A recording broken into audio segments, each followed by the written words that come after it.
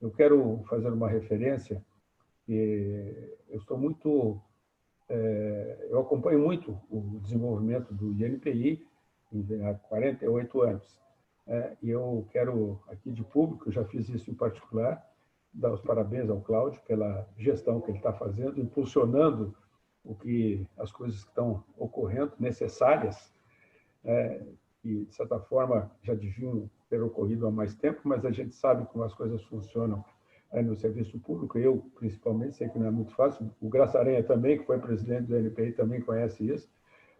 Mas as necessidades, elas estão sendo, enfim, realizadas.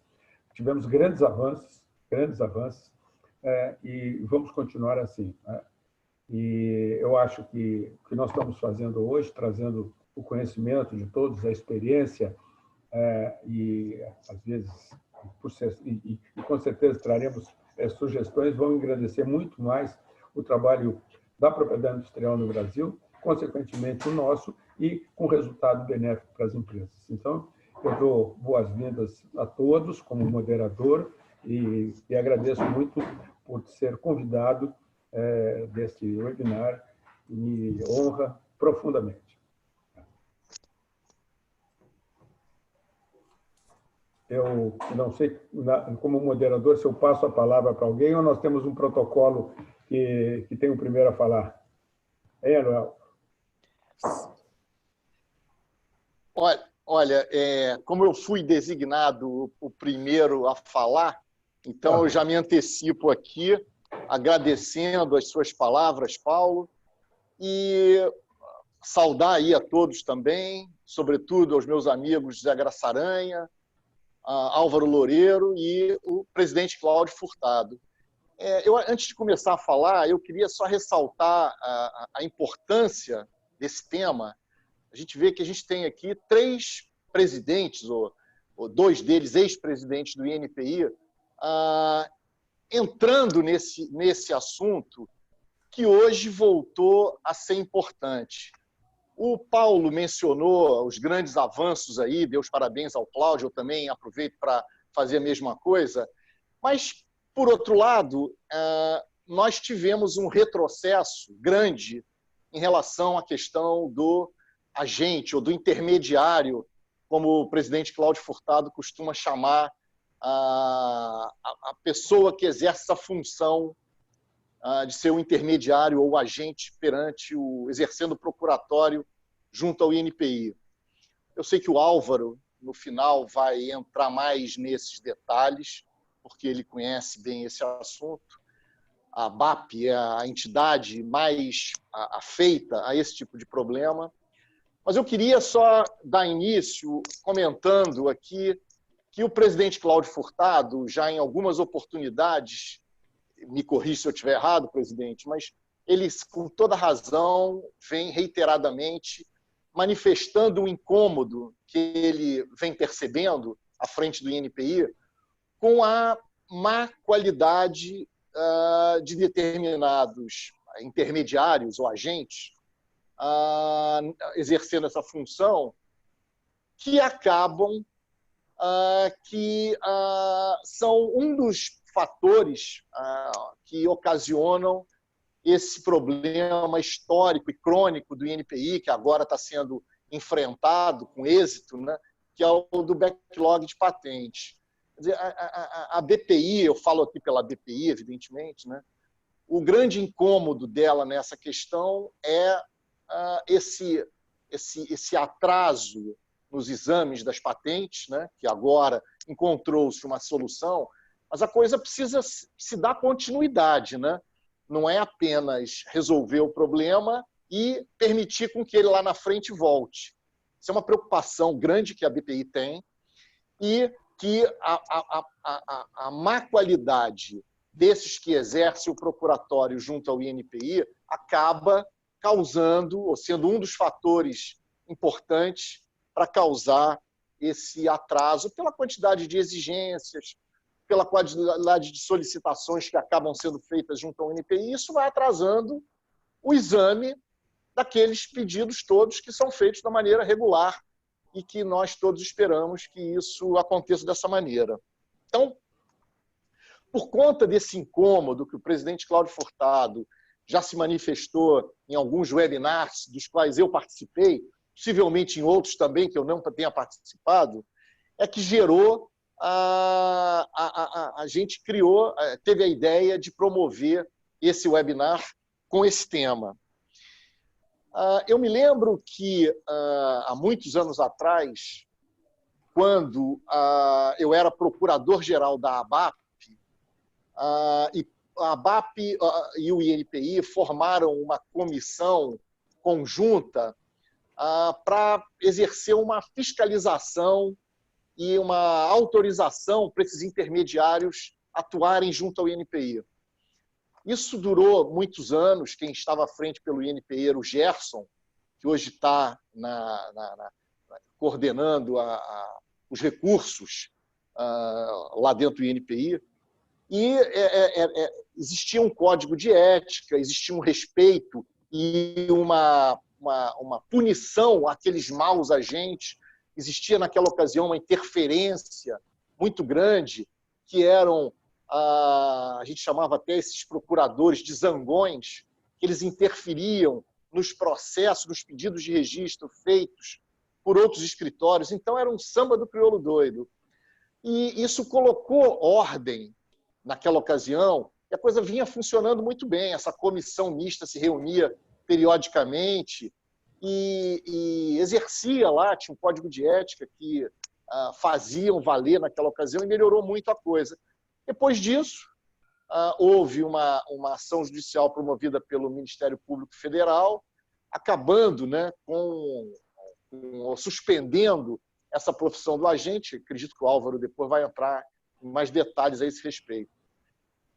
Então, a BPI, né, ela acredita muito numa possibilidade de se estabelecer alguma outra forma de qualificar esses intermediários ou esses agentes para que a coisa volte a funcionar com uma qualidade melhor e evitando que esses atrasos nos exames, nos pedidos de marca, de patente, sobretudo, mas nos de marca também, acabem ocasionando um atraso maior.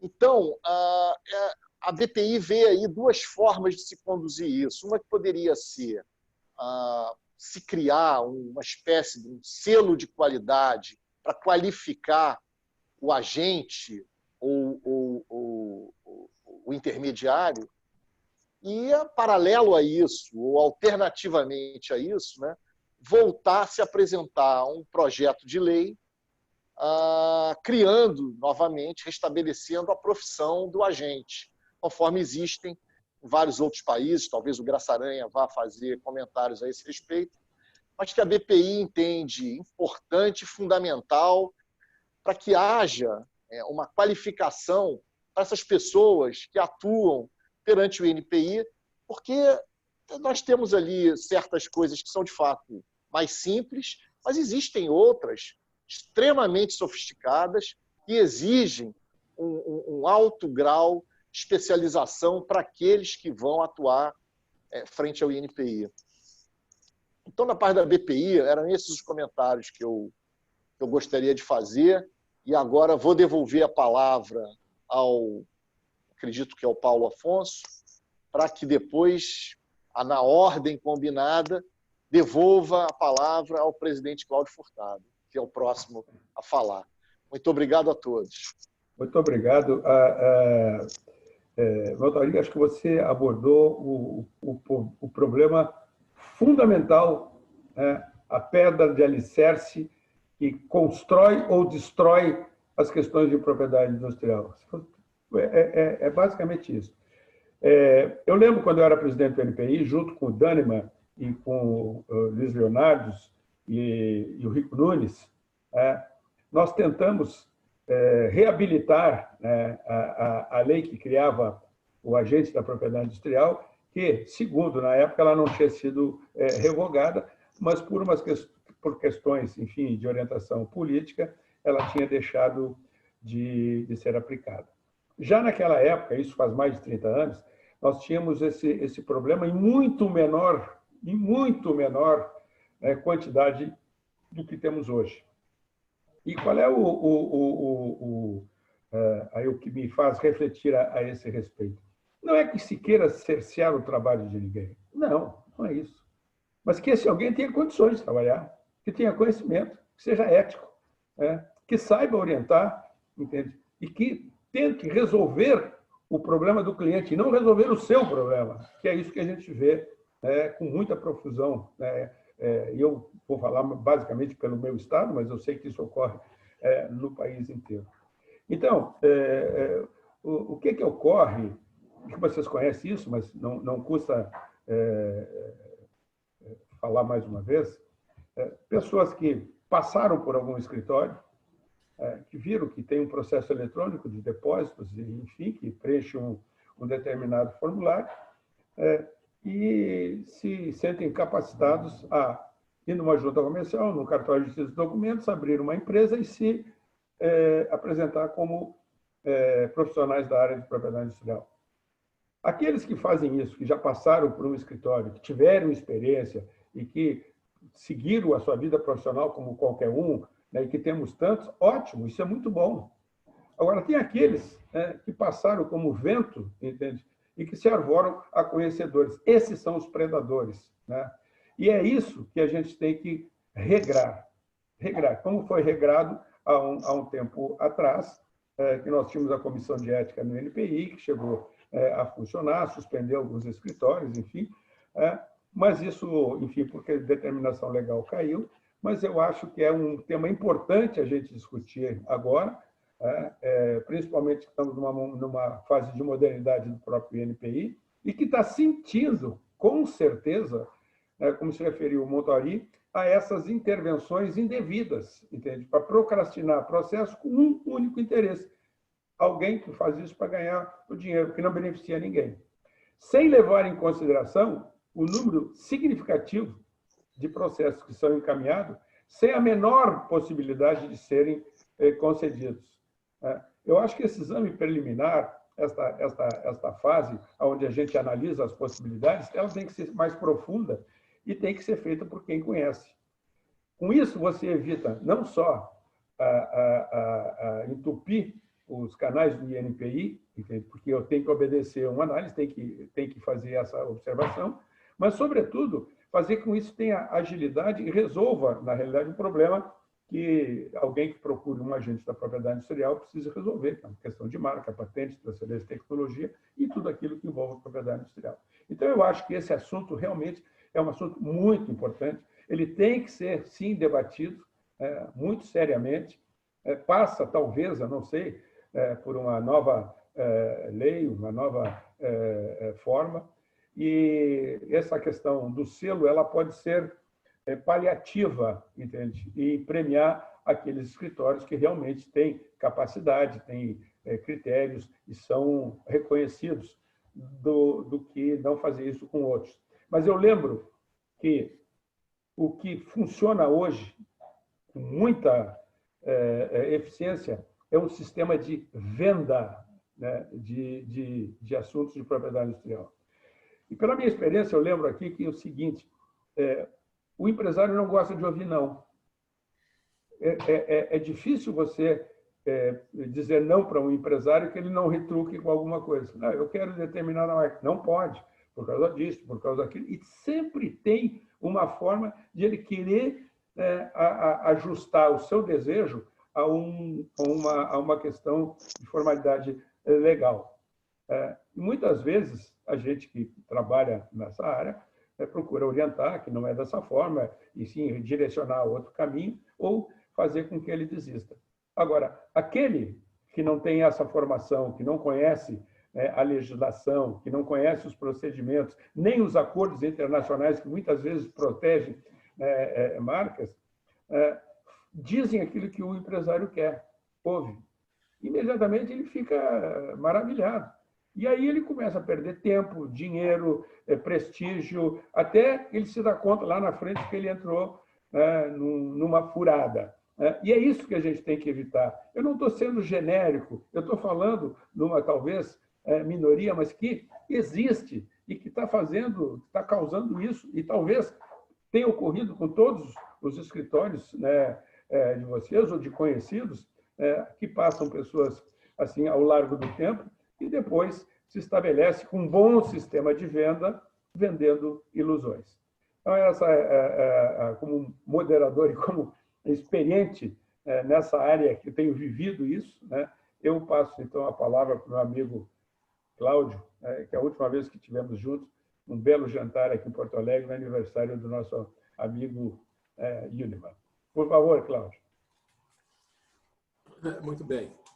Eu agradeço a oportunidade, primeiro, de estar aqui presente com dois presidentes de associações profissionais de alta reputação no país e de grande relevância para o INPI, e com dois ex-presidentes do Instituto que me antecederam e que tiveram o seu momento da história. Eu vivo um período, digamos, de renascimento, não é, do INPI, com várias propostas que a gente tem implementado para tornar essa atividade a mais eficiente atividade de propriedade industrial, né, no país, garantidora de direitos e garantidora de segurança jurídica.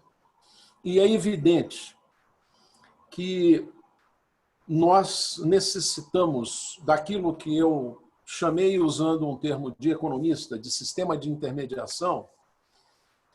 Intermediação como uma expressão genérica, mas para essa atividade altamente especializada do agente de propriedade industrial. Por que isso? Porque o INPI depende fundamentalmente, e a sociedade brasileira dependem fundamentalmente da eficiência desse tipo de trabalho. E veja bem, dos 30 mil depósitos aproximadamente que nós recebemos de pedidos de patentes, isso é sobretudo relevante na área de patentes, tá certo? Nós temos uma taxa chamada de deferimento, tá certo? Relativamente baixa em pedidos de patente de invenção. Nós temos uma taxa de deferimento de 48% contra 65% de pedidos estrangeiros. Em modelos de utilidade, ela é um pouco mais elevada, ela é 62%. Mas o que é importante é que 47% dos pedidos em 2019, isso daí é um número levantado recentemente pela equipe da diretoria de patentes do INPI, tá certo? Eles foram perdidos por falta de clareza, por insuficiência descritiva, por não cumprimento de exigências formais, por trazerem matéria não patenteável, porque houve mudança na natureza do pedido, coisas que trazem um enorme custo operacional para o INPI, e como o Montauri colocou logo no início, que efetivamente contribuem para que o processo de exame seja um processo delongado e, por conseguinte, também um dos responsáveis pelo chamado backlog de patentes, e que causa um custo elevadíssimo para a sociedade brasileira. Ele causa um custo em termos de tempo para o INPI e causa um custo pela perda, muitas vezes não necessariamente pela existência ou não existência de atividade inventiva, mas por não cumprimento de uma série de itens requeridos pela legislação e pelas resoluções do INPI, que, de outra forma, poderiam ser bem atendidas pelos agentes de propriedade industrial. Então, a nossa visão, como presidente do INPI e como instituição, é de que nós provavelmente precisamos de algum mecanismo, e que já existiu no passado, como vocês levantaram aqui, que seja responsável não por necessariamente regulamentar a profissão. Esse negócio de profissão regulamentada, sinceramente, é uma coisa dos anos 40 e 50 aqui no Brasil, de atribuir, não é, competências específicas a determinadas profissões. O que nós precisamos é de, em primeiro lugar, um sistema de certificação e um sistema de garantia de qualidade. Eu não quero dar exemplos no caso do INPI, até porque eu não tenho a necessária vivência do processo histórico pelo qual todos que estão aqui já passaram, mas eu vou dar um exemplo de outro tipo de associação que eu acompanhei diretamente o processo e que não precisou de lei. Na verdade, precisou apenas de uma regulamentação por parte da Comissão de Valores Mobiliários, que foi o caso dos gestores de fundo de Private Equity Venture Capital. Por quê? Porque naquela atividade, muita gente era efetivamente gestor do investimento. Colocava dinheiro na empresa e participava do processo de gestão dos empreendimentos que recebiam o investimento para que se criasse valor.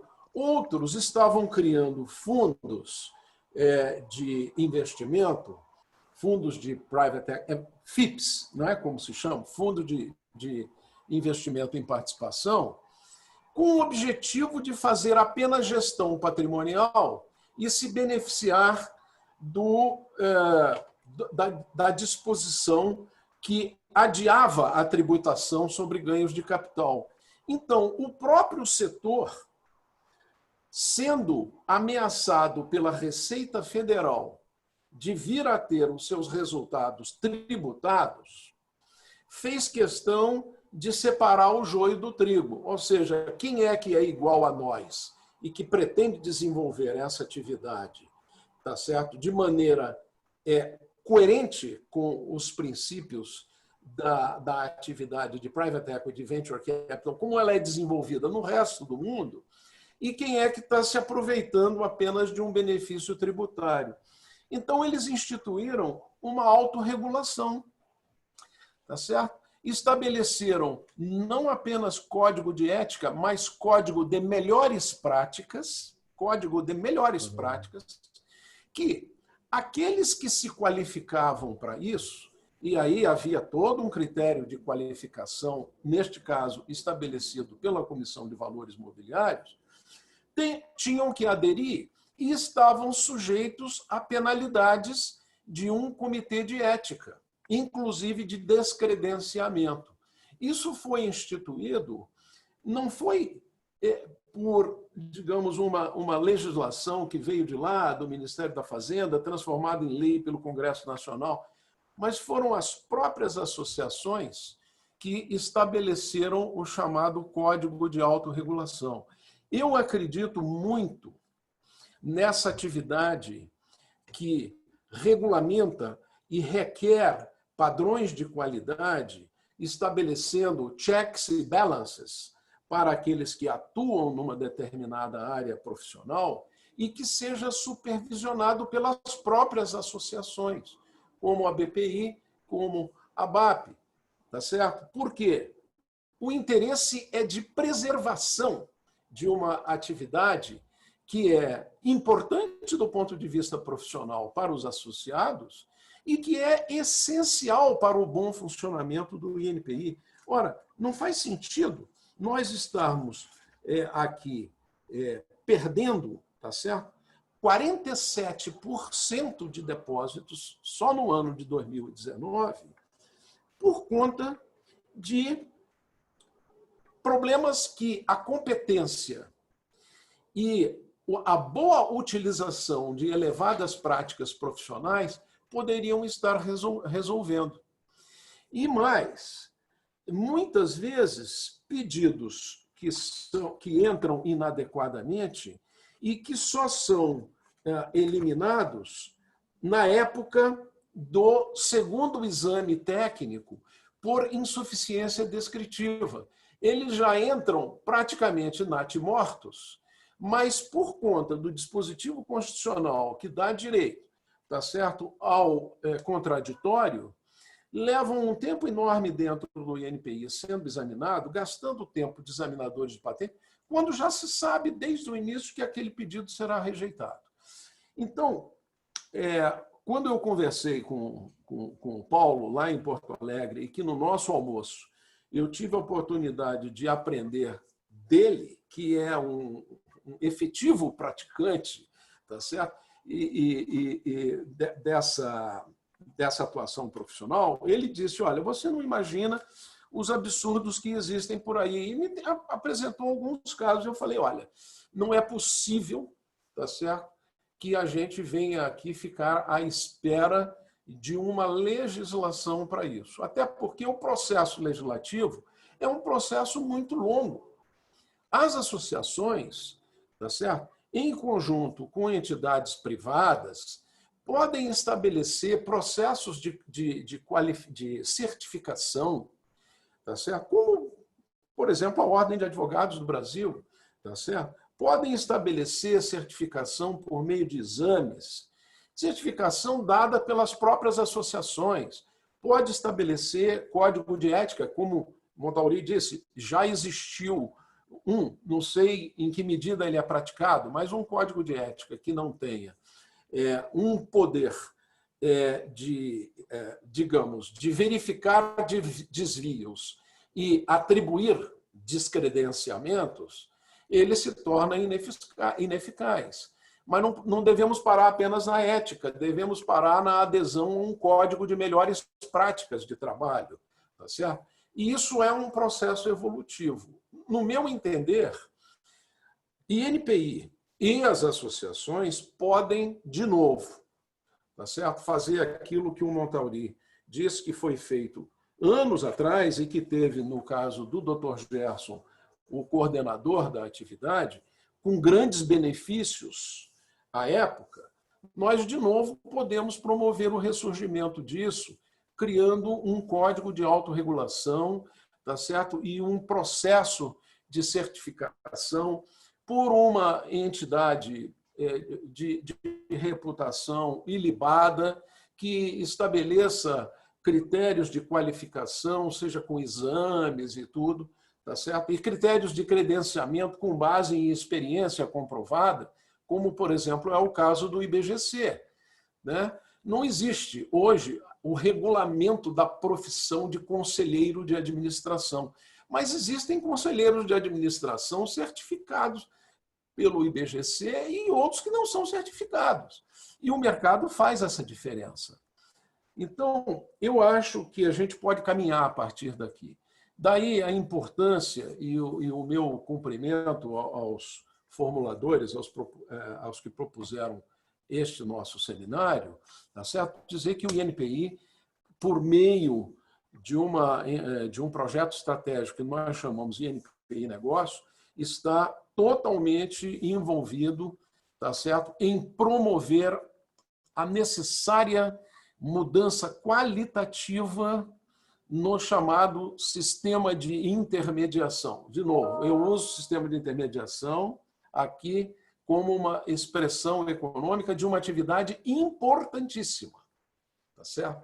O INPI não pode imaginar estar falando com depositantes e tudo de maneira sempre direta. É claro que a Constituição confere a qualquer um o direito de ir ao INPI e fazer o seu pedido de depósito. Ninguém pode obrigar a que alguém seja assistido por uma outra parte. Nós estaríamos violando a Constituição Federal, como, aliás, foi disposto na decisão sobre essa ação. Tá certo?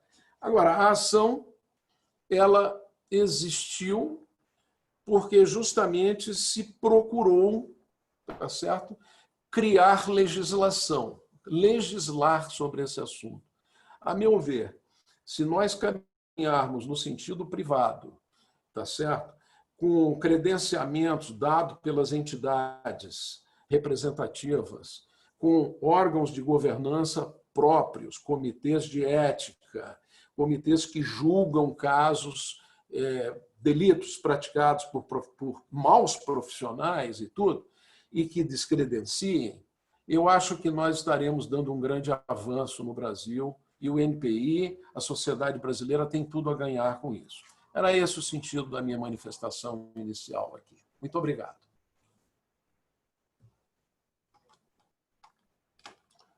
Paulo, microfone.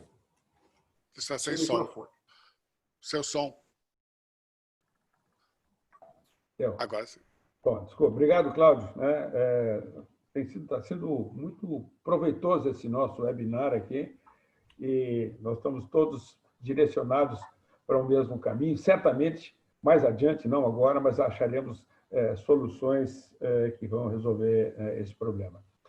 Eu faço uma pequena observação, dada a experiência, que quando tinha a comissão lá de ética do INPI, ocorreram muitos casos de descredenciamento, suspensão, enfim.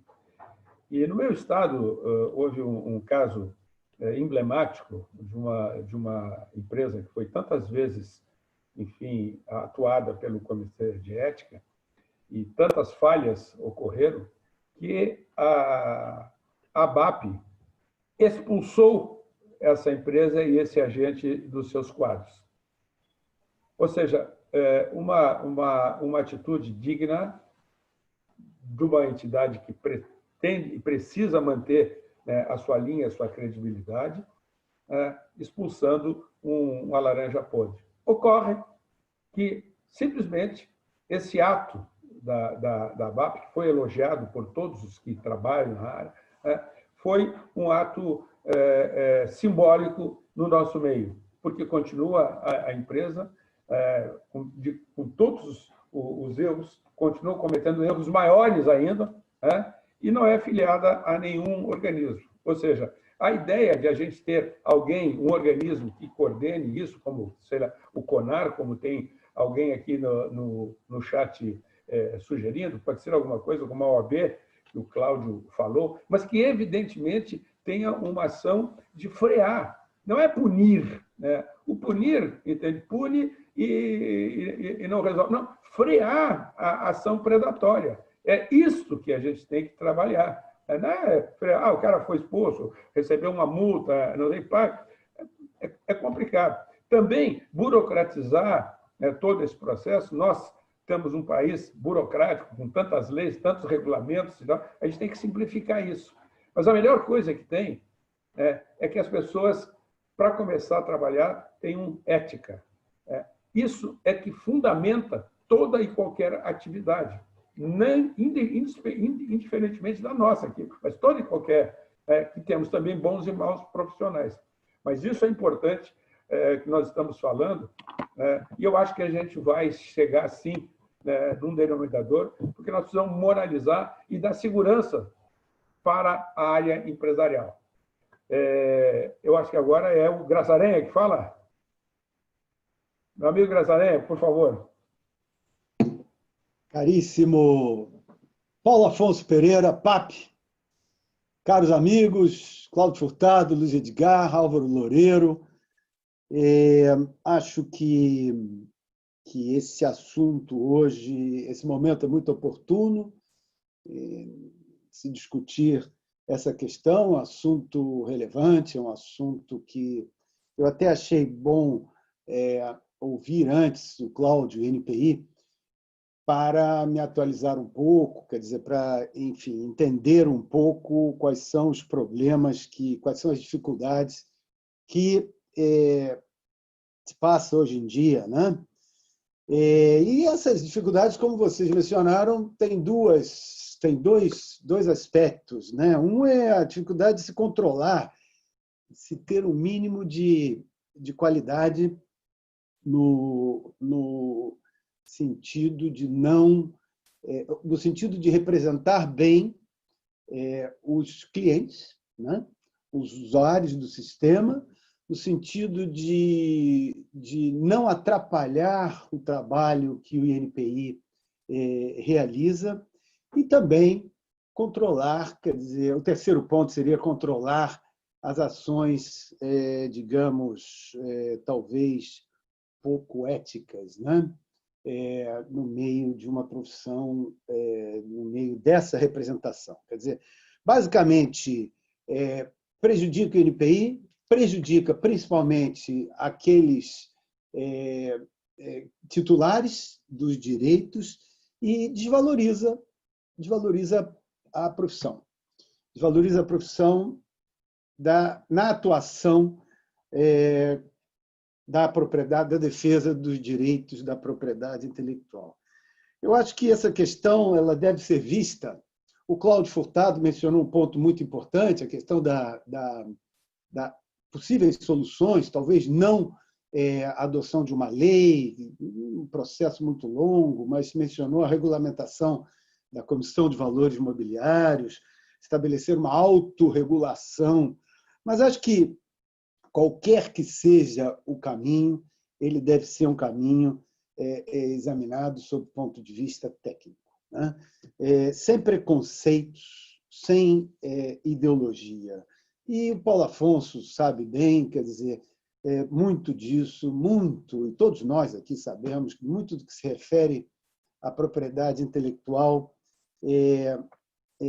tem um componente ideológico um pouco carregado, e essa é uma dificuldade que nós temos. Quer dizer, a ideologia tem que ser deixada de lado e devemos examinar essa questão sob o prisma exclusivamente técnico, né? Nunca ideológico e não político também, né? A visão da propriedade intelectual, muitas vezes, ela é complicada. E para que ela serve? Quer dizer, ela tem três aspectos, né? Quer dizer, ela serve para proteger a inovação, né? Proteger a criatividade, estimular a economia, dar garantias ao investidor, melhorar o ambiente de negócios, gerar riquezas, né? Esse é o objetivo da propriedade intelectual. E quem são os pilares? Nós temos alguns pilares nesse sistema, né? Quem são os pilares? O principal deles, claro, que é o titular. É o titular do direito, do possível direito. Quer dizer, é o inventor, é o criador, é o escritor, é a indústria, é o comércio, o empreendedor. Quer dizer, esse é o principal principal pilar de toda essa estrutura e que os outros dois devem trabalhar para esses dois. Os outros dois quem são? O INPI, que deve prestar serviços a contento, em tempo razoável, e os advogados, os agentes, os representantes dos titulares desses direitos que foram historicamente, são até hoje, quer dizer, responsáveis nos anos mais difíceis que nós tivemos aqui da propriedade industrial no Brasil, por manter a chama da propriedade intelectual acesa, né? Quer dizer, entre os anos 70 até 1992, o Paulo Afonso presidiu o INPI nessa época, quer dizer. Mas há um outro componente muito importante também, que é o interesse público. Mas é importante, mas perigoso. Quer dizer, ou seja, aquele o interesse que deve servir à sociedade, né? Que deve servir ao primeiro pilar, que é o inovador, o industrial, o comerciante, o criador, o escritor, né? Com que objetivo? O objetivo de que nós tenhamos melhores produtos, melhores medicamentos, que preços acessíveis, que tenhamos mais investimento na economia, mais segurança jurídica para o investidor. Ocorre que, em alguns casos, né, e no Brasil nós vimos muito isso, vemos até hoje muito isso, esse interesse público, muitas vezes, ele é tratado de uma maneira política, né, de uma maneira ideológica, que nem sempre representa os melhores interesses daqueles para quem a propriedade intelectual e a proteção da propriedade intelectual existe. Em ocasiões, o interesse público é sequestrado, né, por aqueles que ocupam provisoriamente algum cargo público, né, e de algum cargo público de relevância, e essas pessoas às vezes tentam impor a sua própria agenda, a sua ideologia, a sua própria maneira de ver as coisas, no caso aqui de ver a propriedade intelectual. E foi assim até, Paulo Afonso pode me corrigir se eu estiver errado, mas até 1992, por exemplo, quando o INPI modificou o seu entendimento sobre questões óbvias, questões que estavam na lei, mas que, por uma questão ideológica, não eram implementadas. Foi durante a presidência do nosso amigo José Roberto Guzmão que o INPI passou a implementar a Convenção de Paris. A Convenção de Paris era de 1883, quer dizer, e era ignorada pelo INPI, e por isso que eu falo, o papel dos agentes foi muito importante para manter a chama acesa da propriedade intelectual naqueles anos mais difíceis. O Brasil foi o mesmo fundador da Convenção de Paris, mas ignorava solenemente. Então, a partir de 92, essa visão ideológica que existia até aquela época, e que existe ainda hoje em dia, claro, começou a ser deixada de lado. Quer dizer, em 1999, alguns anos depois, as patentes voltaram a ser concedidas. Em 2000, a classificação internacional de marcas passou a ser adotada. A partir de, creio que, 2017, quando o professor Pimentel assumiu o INPI, o INPI voltou a atacar frontalmente o atraso na área de marcas, na área de patentes, que vinha sendo acumulado há 10 anos, quer dizer, ou talvez até mais, né? E isso o nosso Cláudio Furtado está refundando o INPI, conseguindo melhorar a produtividade. Nós tivemos um período que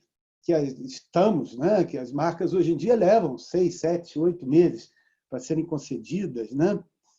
As patentes estão caminhando muito. Quer dizer, então, esse interesse público, muitas vezes, ele é sequestrado por questões ideológicas de pessoas que ocupam cargos provisórios ali, né? Quer dizer, nós já tivemos, dentro da área da propriedade intelectual, presidentes do INPI, diretores de patentes, que eram contra a propriedade intelectual, quer dizer, que eram contra a concessão de direitos. Uma vez disse, por mim, não tínhamos nenhum examinador na área de biotecnologia. Isso é horrível. Quer dizer, outro que era contra a indústria, contra a CNI, não gostava da CNI, contra o empreendedor. Quer dizer, esse tipo de ideologia, né, é complicado. E a questão dos agentes oficiais, dos intermediários, como mencionou o Cláudio Furtado, deve ser examinada sobre o aspecto exclusivamente técnico, sem preconceito, nem todos que são a favor da propriedade intelectual são venais, nem todos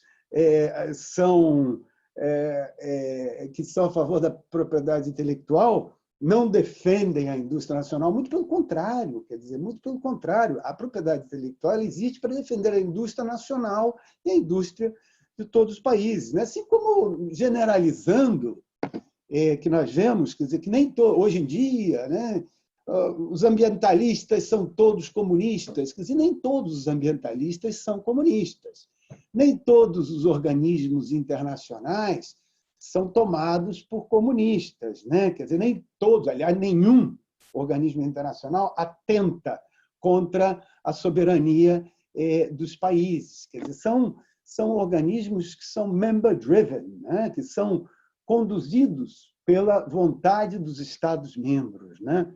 E nem todos os brasileiros, evidentemente, que trabalham nesses organismos internacionais são comunistas. Mas todos os terraplanistas são loucos, né?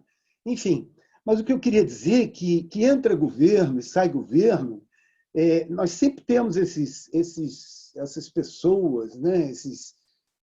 O embaixador Rubens Recupero colocou muito bem, né? Uma seita de lunáticos, né? Uma seita de lunáticos que ele se referiu a essas pessoas a tratar de outros assuntos, né? Mas uma visão limitada, uma visão de antolhos, imbuída de preconceito, muitas vezes inócuos, que tentam impor suas visões equivocadas e que nos levam sempre ao abismo. O tema dos agentes deve ser sempre examinado, sem esse besterol da ideologia. Eu mesmo, quando presidi o INPI, quando debatemos temas referentes à propriedade intelectual pós-INPI, né? Adesão ao Protocolo de Madrid, por exemplo, trocamos algumas caneladas, né? com a classe, mas, enfim, mas não há qualquer dúvida de que o meio, o agente, os representantes dos titulares cumpriram e cumprirão sempre um papel muito importante no sistema de propriedade intelectual, sendo um dos pilares. Então, como sendo um dos pilares, temos que preservar, temos que ter algum mecanismo de controle, uma comissão de ética, algo como já existia no passado, para que os titulares desses direitos não sejam prejudicados e para que a profissão não seja desvalorizada. Então, esses eram meus comentários que eu quis fazer e devolvo a palavra ao nosso moderador. Muito obrigado, Graça Aranha. Assuntos importantíssimos que vêm à baila, que vêm ao conhecimento de todos, fruto da experiência que cada um de nós teve em determinado período. Eu vou me permitir aqui fazer algumas observações, ler. Eu não sei se eu faço isso ou você faz, alguém que está no chat. Não, é você mesmo. Você pode deixar... As perguntas é melhor deixar para o final ou não? Pode ser. Pode ser. Acho que só para não perdermos todas elas têm a ver linha. com o que a gente está conversando aqui. Então, sem mais delongas, depois a gente passa, então, para as perguntas de um debate que será interessantíssimo. Eu passo, então, a palavra para o presidente da ABAP, Álvaro Loureiro. Por favor. Eu posso pedir licença, Álvaro, por gentileza, antes de você. É o seguinte, eu não esperava que acontecesse isso, mas o secretário Carlos da Costa estará amanhã no Rio. Eu fui informado agora no fim da manhã. Ele estará amanhã no Rio de Janeiro. Ele quer rever detalhadamente todo o planejamento, o que foi o primeiro semestre, o planejamento para o segundo semestre do INPI. Está tudo pronto, foi entregue a ele, aliás, no dia 17 de julho, absolutamente dentro do prazo. E ele estará no Rio de Janeiro, no INPI, amanhã, a partir do período da manhã. Eu, então, precisei... Eu estou morando em São Paulo, né, na minha residência da minha família. Minha residência oficial é Rio de Janeiro. Mas, no período de pandemia, eu estou aqui e eu precisei, então, articular um voo para o Rio de Janeiro agora, às 17 horas. Como são 15h24 agora, eu vou pedir desculpas e licença a vocês para daqui a 6 minutos me retirar da nossa reunião, dizendo desde já que eu vou querer a gravação da reunião e, desde já, assumindo o compromisso com as duas associações, com os ex-presidentes que estão aqui, com a sociedade brasileira, de dar continuidade imediata a este assunto que eu considero da maior relevância para o funcionamento do INPI e para o adequado funcionamento do sistema de propriedade intelectual no Brasil, tá certo? Enfim, eu chamo genericamente de sistema de intermediação, mas nós estamos falando aqui do aprimoramento da capacitação e dos padrões, evidentemente, profissionais, das melhores práticas e dos padrões éticos dos profissionais que atuam em marcas e patentes no Brasil. Tá? Então, eu vou pedir desculpas, mas às 15h30 exatamente eu precisarei estar me retirando. Desculpe, Álvaro, não poder ficar. Nada. Mas... Eu vou só aproveitar, então, seus 6 minutos. Uma coisa que eu ia falar no final, mas já vou começar com ela. Eu quero propor a você, Cláudio, e o Luiz Edgar, nós desde já criamos uma comissão com as duas associações e o INPI para trabalharmos para achar uma solução rápida que permita ao INPI refutar trabalhos apresentados por pessoas espúrias e nós podemos fazer valer o código de ética que existe da ABAP, que era implementado pela comissão conjunta das associações do INPI, até a entrada da malfadada ação. Perfeito. E lembre, se me permite, o Código de Melhores Práticas. Isso daí é muito importante também. Tá? Não, podemos fazer elaborar tudo em conjunto. Ok. Da parte do INPI, já posso te responder. Fica designado o Felipe Augusto, que é o coordenador do INPI Negócios, para ser o nosso champion nessa comissão. Ela certamente será integrada por pessoas da diretoria de patentes, da diretoria de marcas também. Sim, sim. Mas o Felipe Augusto será a pessoa de contato para tocar adiante isso. Vai integrar essa comissão. Tá? Perfeito. Porque, além das práticas que o INPI vê, a falta de regulamentação de um intermediário, de um agente, gera enormes problemas para os titulares de direitos. Não só na questão de patentes, existem ações, o INPI chegou a ter uma época, uma portaria, um departamento que cuidava disso na época, acho que era até o Beacline, sobre fraudes, que terceiros pegavam os dados da RPI e mandavam boletos para os titulares, cobrando valores estapafúrdios para inclusão na Revista Nacional de Propriedade Industrial. Recentemente, até recebemos um site que a pessoa se intitulava como INPI, o site era inpi.com.br. Então, há todo tipo de... A criatividade do brasileiro para picaretagem, infelizmente, é muito ampla. E com a lacuna da regulamentação, esse tipo de barbaridade existe. Há até uma ação no Rio Grande do Sul, que uma empresa que se sentiu lesada por um boleto desse, a ação acabou chegando à ABAP, porque o picareta da vez usava o nome da ABAP. Perfeito. Então, o nível da picaretagem é enorme. Agora, olha, e vocês podem estar certos de que o nosso ministro da Economia, o nosso secretário de Produtividade, Carlos da Costa, eles estão absolutamente sintonizados com a necessidade desse aprimoramento.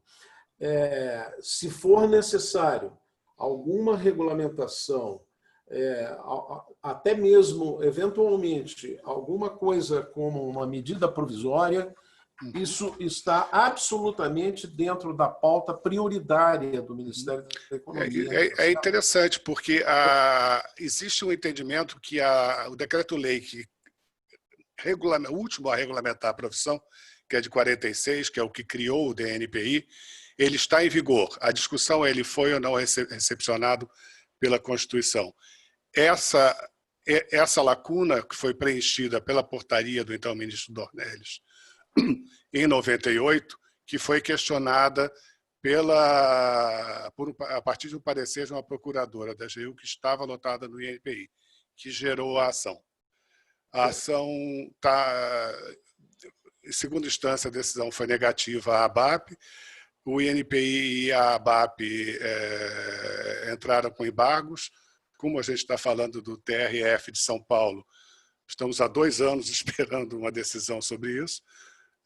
mas o próprio INPI foi muito lógico nos seus embargos, dizendo que existem 1.300 agentes. A questão está pacífica. Por que não aproveitar? Por que andar para trás, né, nisso tudo? Então, isso tudo a gente pode discutir à frente. A relação da ABAP com o INPI é visceral. Eu acho que eu comentei isso no nosso almoço de fim de ano, que quando ela foi criada em 48, 72 anos atrás, antes de ter uma sede, ela funcionou numa sala cedida pelo DNPI. Então, a ABAP saiu de dentro do INPI. A relação vem desde o nascimento. Então, vamos... Provavelmente no edifício à noite, que foi entregue na semana retrasada, para o leilão, né? Para a sociedade brasileira. Tá? Tudo indica que ele será leiloado ainda agora no mês de agosto, para a gente restaurar o que se imaginou para o Porto Maravilha do Rio de Janeiro. Ótimo. Eu vou lhe deixar pegar seu voo, eu já tomei 1 minuto a mais dos seus 6. Não, muito obrigado. Muito obrigado e peço desculpas a vocês. Foi absolutamente imprevisto isso. Tá? Obrigado, e Cláudio. Bom Rio de Janeiro estão obrigado, Cláudio. E o tempo aqui não está muito amigável para descer de avião, não. Então, prepare-se. Aqui não encobriu totalmente ainda, não. Aqui está feio. E bom resto de seminário. Obrigado. Obrigado, Cláudio. Bom, voltando. Agora eu me atropelei todo, que eu comecei do fim. Bom, a questão da autorregulamentação, o temor da ABAP é como o INPI vai poder impedir o terceiro não chancelado de atuar, né? Até pela argumentação da decisão da juíza de São Paulo, que ela fala do direito constitucional de agir. Então, esse para mim parece ser o calcanhar de Aquiles para a autorregulamentação. Existem projetos, a ABAP já se consultou com assessores no Congresso e é necessário que o projeto venha do Executivo para se regulamentar a profissão, ou se re-regulamentar a profissão, que dizem que ela não existe, mas existe um código da declaração de imposto de renda para a profissão do agente, então ela existe, né? Então, não foi abolida. O código de ética da ABAP existe, pode ser a sugestão do presidente Cláudio é muito interessante, do Código de Boas Condutas, pode ser acrescido. Podemos nos inspirar nos outros países, que uma enormidade de países regulamenta a profissão, e salvo 2 exceções, que eu vi, acho que a Finlândia e a Suíça, que não a representação de um agente não é obrigatória, apesar de existir. Nos demais países o órgão regulador em vários países é público, é dividido, em outros é privado. Pelo meu conhecimento, o privado funciona muito bem. Eu tenho mais conhecimento da CNCPI, que seria a associação equivalente à ABAP, ou como eu chamo de ABAP turbinada, na França, porque ela tem poder de polícia, ela faz tudo. Na verdade, ela tem todas as atribuições que o Dr. Cláudio sugeriu que o órgão regulador, a associação reguladora, faça: testes, exames, poder de polícia, poder de censura e suspensão. Me parece ser o melhor caminho a ser trilhado. Se por autorregulamentação funcionar, ótimo, porque é mais rápido. Se não, algum tipo de acordo com o Ministério Público para que se tire algum proveito da ação, até das respostas que foram apresentadas nos embargos, podemos estudar alguma coisa por aí. Mas, resumindo, para não querer tomar muito mais tempo, é muito salutar essa discussão. O Dr. Cláudio só veio mostrar, com a preocupação dele, tudo o que foi dito desde 2009 pelos agentes, o que poderia acontecer com a suspensão das provas, dos exames, da validade da profissão, que seria má prática em todos os sentidos. Péssimos profissionais apresentando trabalhos e ludibriando aqueles que poderiam ter realmente uma boa patente para suas invenções. E, no final das contas, podem até não ter patente alguma, apesar daquela invenção que poderia ser patenteada. Fraudes, como as que eu mencionei, de pessoas se fazendo valer de oficiais para tirar dinheiro por boletos de terceiros para publicações em órgãos inexistentes. O meu grande temor realmente é, como o Paulo Afonso mencionou, aquela entidade, aquele escritório que foi censurado e expulso por práticas espúrias, segue hoje nas suas práticas, infelizmente, trabalhando para incautos mal desinformados, né, que acreditam na sua idoneidade, que eventualmente nem tanto é assim. Bom, eu acho melhor a gente abrir. Então, é mais ou menos isso que eu tinha a falar. Existe um projeto de lei que está não em andamento, mas em conversas com deputados, mas isso ainda está embrionário e o Covid atrapalhou todas essas conversas, então talvez a levantada da questão pelo Dr. Cláudio traga isso à tona de uma forma mais fácil e mais rápida. Resumo, era isso que eu tinha para comentar e vamos às perguntas. Bom, muito obrigado. Sim, por favor. Eu tenho apenas um comentário ainda a fazer. O ideal era que o presidente Cláudio ainda estivesse por aqui conosco para assodar um pouco mais a vontade do INPI em relação a isso. É que o INPI, com o cadastro dos agentes, né, ele tinha uma fonte de arrecadação, não sei se importante, mas que era todos os agentes cadastrados perante o INPI pagavam uma anuidade. E isso era uma fonte de receita segura, garantida, que o INPI tinha todos os anos, né?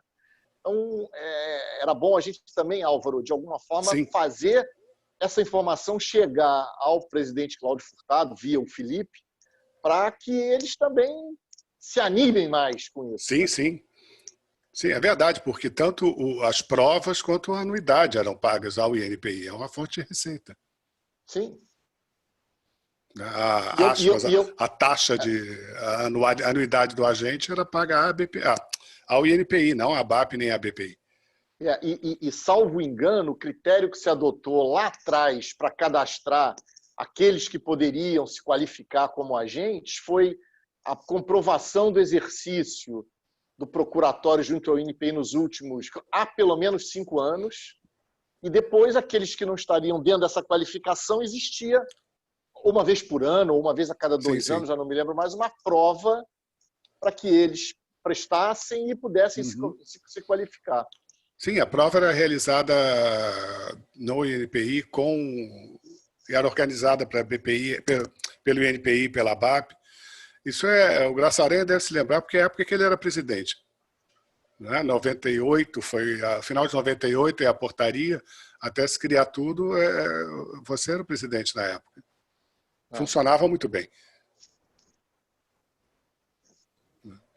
Bom, meus amigos, eu vou passar aqui, temos várias perguntas. Eu queria dizer para vocês que chegamos a ter 192 participantes dessa webinar. Isso mostra o interesse pela matéria, não só a matéria em questão, mas a matéria propriedade industrial. Ela é relevante e é fundamental para o desenvolvimento do país, desde que seja feita com critérios e que o governo tenha olhos para que isso é uma alavanca importante para o desenvolvimento. Eu acho que este governo, atualmente, foi o que pelo tempo que eu milito em propriedade industrial, o que deu um olhar mais importante para dentro do INPI. E, na realidade, não é só a questão de burocratizar ou de desburocratizar, mas incentivar o desenvolvimento tecnológico, que ele fique aplicado dentro do país e que evite, né, muitas vezes, a compra de tecnologia de fora, quando essa já está disponível aqui dentro, desenvolvida, inclusive, aqui, por empresa, por pesquisadores e tal, que tem muito. Eu acho que o antigo banco de patentes do INPI deve ser um banco de fomento para que as tecnologias que estão lá dentro possam estar disponíveis para as empresas que se desenvolvam.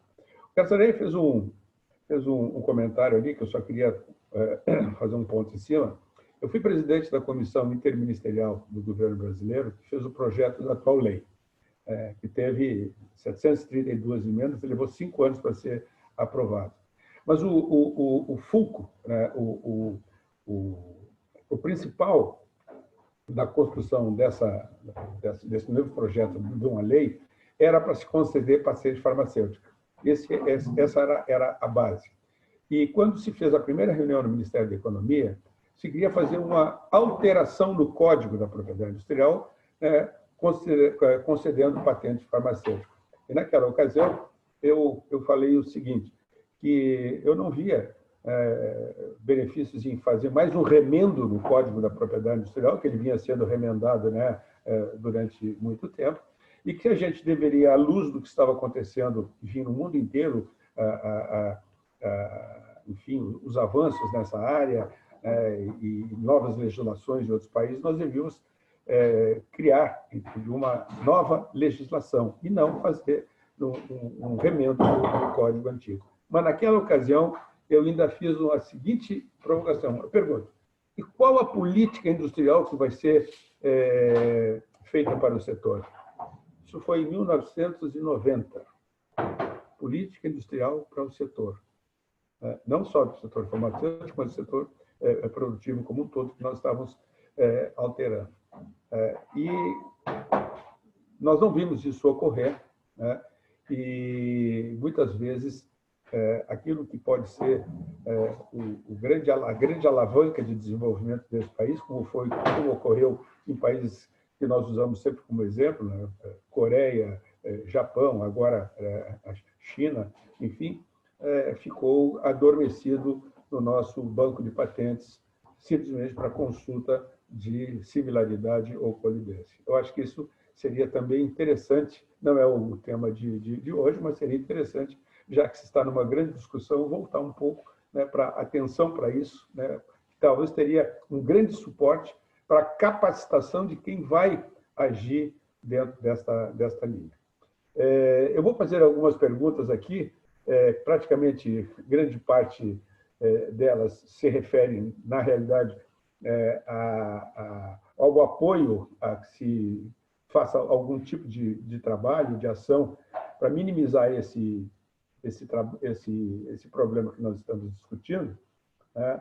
E, então, fala sobre concursos, comissões mistas que já tiveram, né, para resolver esse problema. Aqui pediram comentar um pouco a respeito da ação judicial que tramita em São Paulo quanto à suspensão de agente, alguma visão do que pode ocorrer no STJ. O Ricardo Pinho, aqui do Rio Grande do Sul, indaga se não seria possível o INPI tentar, junto ao Ministério Público, um ajustamento de conduta para a ação ainda em curso possa ser terminada e possam serem reimplantadas as comissões mistas. O Milton Lucídio, aqui de Porto Alegre, também, no meu sentir, faz diferença duas coisas. No meu sentido, existem duas coisas diferentes. Possibilitar que o titular atue diretamente no INPI sem procurador, é perfeitamente possível, isso, né, isso é óbvio, né, é o normal, e o titular possa contratar um profissional para assessorá-lo. Também é o normal, é o que existe hoje, né? É optativo, né? E quando ele optar por contratar, deverá haver um filtro de quais os países, filtro que nos mais países é feito por requisitos mínimos. Bom, é o que nós estamos falando, é a qualificação, que quem vai ao mercado buscar um profissional tenha o reflexo, né, e se identifique com esse profissional como mais capacitado. E aqui ele faz uma outra sugestão, que é exemplo do que existe na Justiça, que o INPI pudesse ter um tipo de defensor público, né, de propriedade industrial para aquelas pessoas, empresas, pessoas mais, acredito, que não tenham condição de ter acesso ao INPI. Isso é uma verdade, existe muita dificuldade. Às vezes, né, o inventor tem uma bela ideia e não tem uma chave de fenda para começar a fazer um projeto. Eu falo isso porque ainda eles desconhecem os CAD, os processos técnicos, tecnológicos para se fazer um desenvolvimento de patente, mas são coisas que estão sendo colocadas aqui. Eu estou falando tudo isso dentro de um contexto só para dar oportunidade de todos se manifestarem depois, né? Aqui também o Fischer diz que excelente discussão, parabéns, obrigado, isso é ótimo para nós, nos incentiva. Os boletos continuam, diz o Ricardo Pinho, e Bruno Fernandes, ele é agente jurídico da Wipro, e vejo grande relevância na regulamentação da ação dos agentes, né? E fica à disposição para apoiar os trabalhos. Também temos aqui não tem uma identificação para todos os painelistas, que comunica que o primeiro presidente eleito da BAP foi Francisco Antônio Coelho, que era uma homenagem ao ex-diretor do DNPI, antecessor do DNPI, responsável pelo departamento que regulamentava e que reconheceu a profissão de agente em 1933. Tá? Aqui o Ricardo Pinho fala sobre a manifestação do Montari, que ele está correto, perfeito, e até a decisão já exarada, na já mencionada ação judicial, havia duas comissões distintas funcionando, o INPI, a COCAP, responsável pelo cadastramento, exatamente o Gerson, que era presidida pelo Beaclini. E aí, aqui também, o Ricardo Pinho fica feliz com a fala do Graça Aranha, porque, como ele colocou, apesar das diferenças de opinião em relação a determinados temas, a BAP e a BPI e ONP defendem, em primeiro lugar, a propriedade intelectual e os benefícios da propriedade intelectual para a coletividade. Bom, se fosse feita uma campanha de conscientização,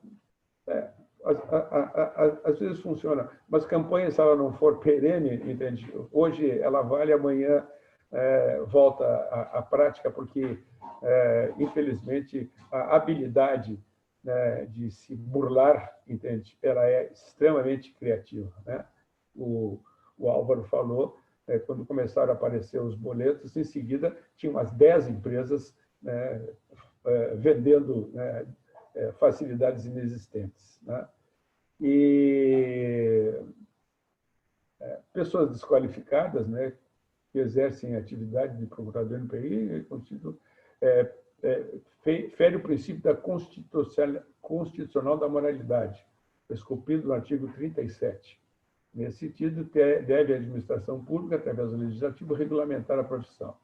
Esse é o Carlos Ritt, nosso amigo também, que é da BAP. Custódio, programação, pro bono, tem objetivo, recursos financeiros. Bom, todos aqui se manifestam, enfim, favoráveis ao que nós objetivamos nessa discussão, e que eu acho que ela vai prosseguir, porque foi dado espaço importante. O INPI está muito interessado realmente nisso. Eu tive uma conversa particular com o Cláudio, a última vez que ele esteve aqui em Porto Alegre, e começamos a discutir este assunto. Ele é importante, e todos nós que atuamos nessa área sabemos da importância dele, não há dúvida nenhuma, né? E eu, agora, como moderador convidado, honrado de estar fazendo parte, enfim, desse debate, eu agradeço e convoco realmente a união da ABAP, da BPI, INPI, todos aqueles que militam, que querem, enfim, que isso se resolva com o apoio da ONP, que pode nos dar apoio, incentivos e exemplos, e procurar, enfim, ajustar ou trazer alguém alguém que tenha feito isso de uma outra forma e que achou um caminho em outros países para que a gente consiga, aos poucos, resolver. Infelizmente, eu sou muito pragmático. Nós vamos resolver em parte, sim. Nós não vamos eliminar nunca todo esse mal, porque há sempre uma brecha em que os maus vão procurar entrar. Mas resta aos bons fazer uma barreira para que isso diminua e não ocorra. E eu coloco a palavra, enfim, à disposição dos senhores, e que eu creio que a gente está se caminhando para o final, a não ser que tenha uma outra programação. Eu só ia fazer o comentário que você falou, que alguém falou da posição da ação.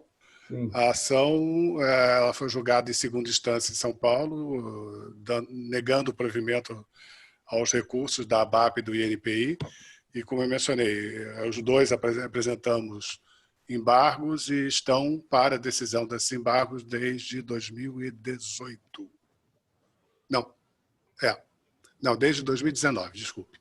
Então, ainda não saiu de São Paulo, não foi ainda, não houve ainda recurso especial.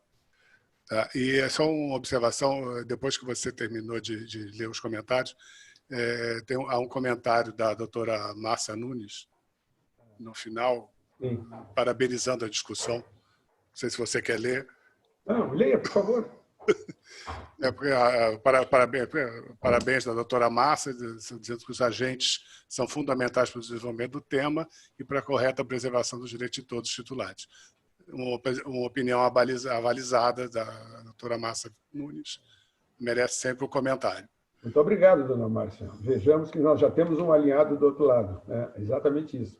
Pela moral do Brasil, não só nessa área.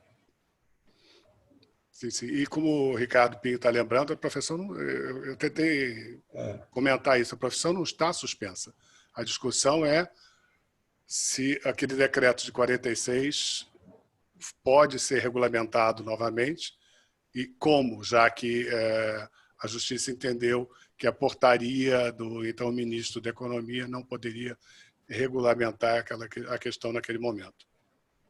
Sabe, Álvaro, naquela ocasião em que o Peter Simpson, o Luiz Leonardo e o Rico Nunes, nós estávamos constantemente trabalhando nisso, indo a Brasília.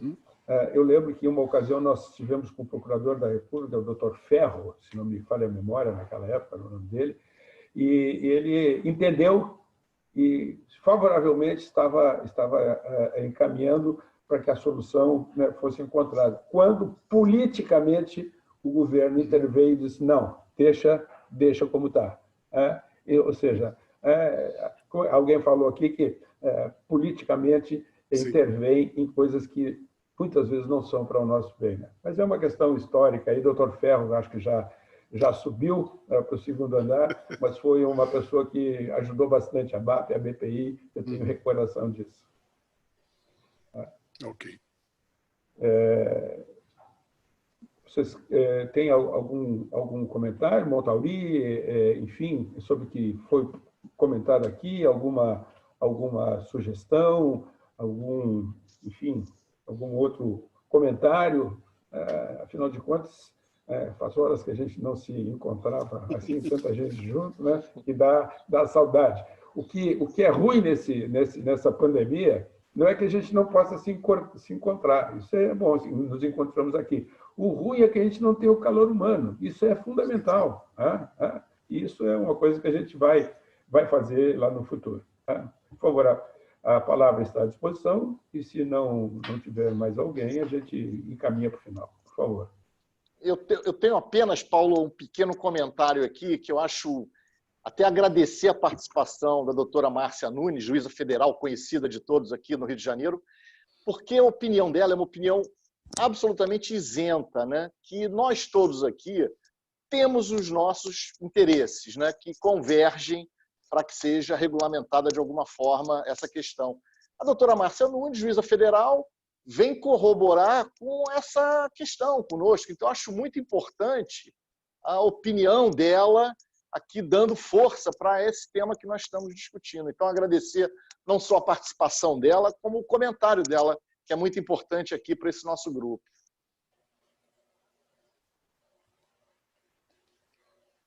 Paulo, você está sem som de novo. Bom, Álvaro, eu creio que se não há nenhuma participação... Não, eu só endosso o que o Luiz Edgar falou.